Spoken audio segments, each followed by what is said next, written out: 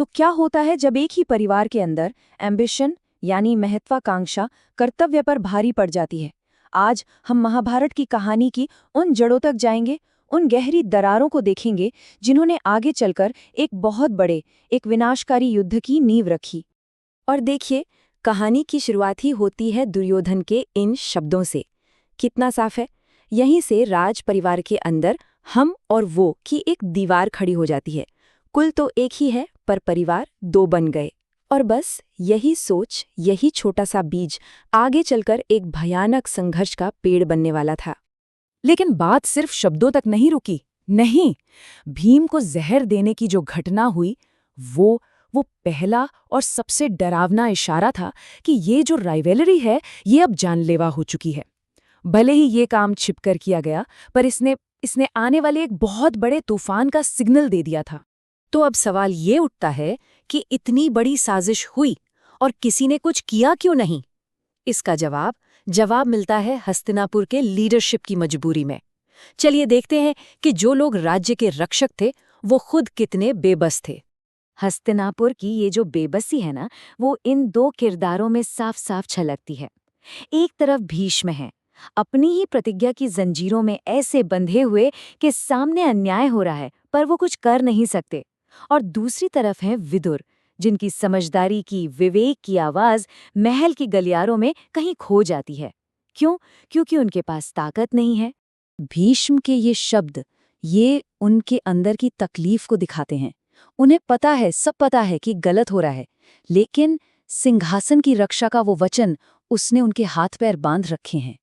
ये एक ऐसी मजबूरी है जो उन्हें अंदर ही अंदर खाए जा रही थी। तो ठीक है, हस्तिनापुर के संरक्षक तो मजबूर थे, पर सवाल ये है कि इस नफरत की आग में घी कौन डाल रहा था, इसे हवा कौन दे रहा था। अब हम उन किरदारों की तरफ देखते हैं जिनकी एम्बिशन, जिनकी महत्वाकांक्षा ही इस पूरे झगड़े की असली जड़ थी।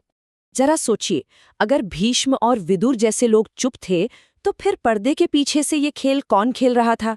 ये कौन था जो इतनी बड़ी साजिश रच रहा था? ये कोई मामूली झगड़ा नहीं था, बिल्कुल नहीं। ये एक बहुत सोची समझी पॉलिटिकल चाल थी। और इस साजिश की पहली परत खुलती है खुद राजा धृतराष्ट्र के इन शब्दों से। सोचिए, राजा न बन पाने का जो उनका दर्द था, जो उनकी अपनी अधूरी एम्बिशन थी, वो अब अपने बेटे दुर्योधन के जरिए बाहर आ रही थी। वो एक तरह से अपने सपनों को अपने बेटे की आंखों से पूरा करना चाह रहे थे। लेकिन धृतराष्ट्र भी इस शतरंज के खेल में सिर्फ एक मोहरा थे। असली खिलाड़ी, असली मास्टरमाइंड तो कोई और था।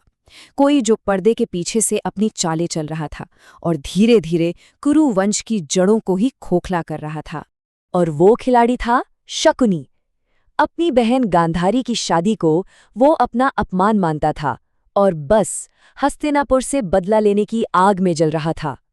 दुर्योधन का गुस्सा, धृतराष्ट्र की महत्वाकांक्षा, ये सब तो शकुनी के लिए बस हथियार थे, अपने खेल के मोहरे। अच्छा, अब जरा महल की इन साजिशों से थोड़ा बाहर निकलते हैं। एक ऐसी कहानी की तरफ चलते हैं जो शायद आपको लगे कि इसका यहाँ क्या काम, पर ये नैतिकता का, मोरालिटी का एक बहुत बड़ा सबक देती है। ये कहानी एक तरह से हस्तिनापुर में जो कुछ हो रहा है उसी का एक फिलोसॉफिकल रिफ्लेक्शन है। ये हमें बस एक बात सिखाती है कि कर्म किसी को नहीं छोड़ता, चाहे वो जंगल में बोला गया एक छोटा सा झूठ हो या फिर महल में रची गई इतनी बड़ी साजिश। कहानी बड़ी सीधी सी है। सुदामा को कृष्ण के हिस्से का खाना भी सौंपा जाता है, पर भूख के मारे वो अकेले ही सब खा जाते हैं और झूठ बोल देते हैं। ये जो छोटा सा स्वार्थ था, ये जो एक धोखा था, यही उन्हें एक बहुत बड़े कर्मफल की तरफ ले जाता है। और इस कहानी का निचोड़ क्या है? बस यही कि कोई भी काम, कोई भी कर्म छिपता नहीं है। एक हायर पावर है, एक दिव्य शक्ति जो हमेशा सब कुछ देख रही होती है, सुन रही होती है। अब ये सोच हस्तिनापुर में चल रही गुप्त साजिशों से कितनी अलग है ना? चलिए अब वापस हस्तिनापुर लौटते हैं। वहां अब ये जो अंदर ही अंदर सुलग रही चिंगारी थी ना, वो एक फॉर्मल, एक आर्म्ड कॉन्फ्लिक्ट का रूप लेने वाली थी। सीधी भाषा में कहे तो नफरत को अब हथियारों की धार मिलने जा रही थी। और तभी कहानी में एक नए कैरेक्टर की एंट्री होती है। एक अजनबी जो कुएं में गिरी एक गेंद को सिर्फ सिर्फ कुछ सीकों के सहारे बाहर निकाल लेता है।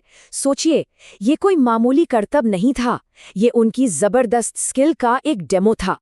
और वो अजनबी द्रोणाचार्य उन बच्चों से एक सवाल पूछते हैं। बात सिर्फ एक गेंद की नहीं थी, सवाल था उनकी काबिलियत का, उनके शासन करने की क्षमता का। ये सवाल सीधा उनके राजकुमार होने के फर्ज पर एक चोट थी। और बस इसी घटना के बाद द्रोणाचार्य को ऑफिशियली पांडवों और कौरवों दोनों का गुरु बना दिया जाता है। अब जो पारिवारिक झगड़ा था, उसके दोनों साइड को प्रोफेशनली युद्ध की ट्रेनिंग दी जाएगी। तो अब सबसे बड़ा सवाल हमारे सामने खड़ा है कि जब नफरत को मिलिट्री स्किल की, हथियारों की ताकत मिल जाए, तो क्या तबाही को रोकना मुमकिन है? कहानी अब एक ऐसे मोड़ पर आ गई है जहां से लौटना लगभग नामुमकिन लगता है। अब आगे क्या होगा, ये तो वक्त ही बताएगा।